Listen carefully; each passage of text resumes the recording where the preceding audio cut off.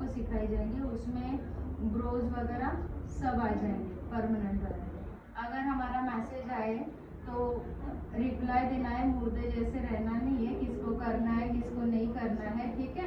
और वो आपके प्रॉफिट के लिए है, इतना महंगा आप भले सर्च कर सकते हो यूट्यूब पे इधर उधर। Good afternoon. Good afternoon. आज मैं इधर मैम की वजह से हूँ।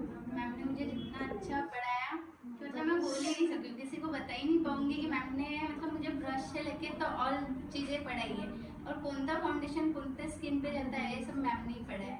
और आज मैं मैम की वजह से ही इधर हूँ, और आज मैंने खुद सेल्फ मेकअप किया। मुझे लग रहा है कि मैम की वजह से आज मैं सेल्फ मेकअप कर पाई हूँ।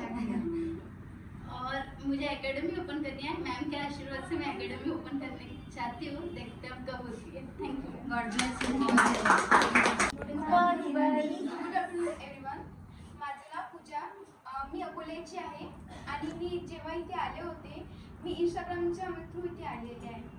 मी जेव्हा फर्स्ट टाइम इथे आले होते तेव्हा मला काहीच पण येत नव्हतं, म्हणजे मी शून्य होते पूर्णपैकी. आणि इथे आले मॅमनी खूप छान प्रकारे शिकवलं, गाईड केलं. त्यांनी प्रत्येक गोष्टी शिकवल्या आम्हाला आणि खूप छान, म्हणजे आज एवढं आहे की आम्ही काही करू शकतो इथपर्यंत मी पोहोचलेली आहे.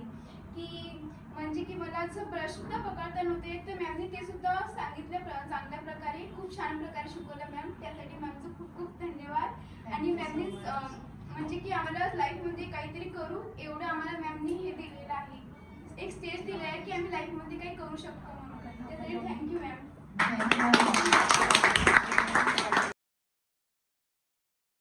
आदिती ब्युटी स्कूलमध्ये आली आणि खूप काही शिकली मी मॅममुळे. त्यामुळे मी आज आपल्या स्वतःच्या पायावरती उभी आहे. त्यासाठी मॅमला मनापासून thank you. Thank you so much.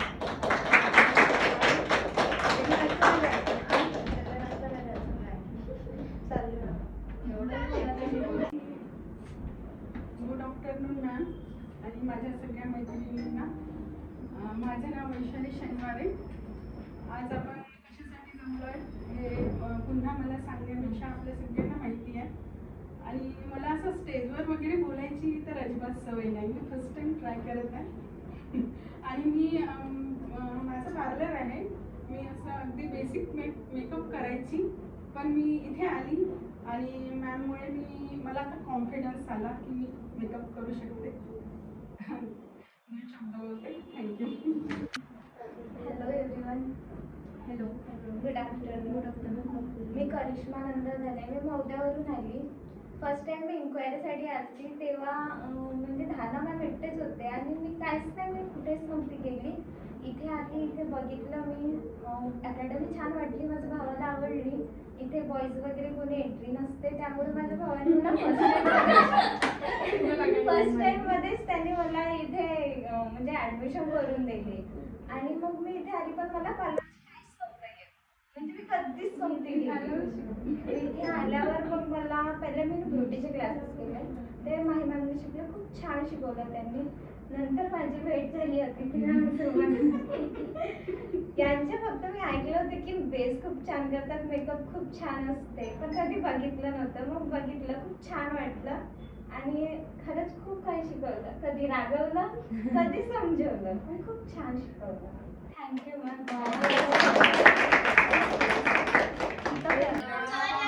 Rona नहीं है.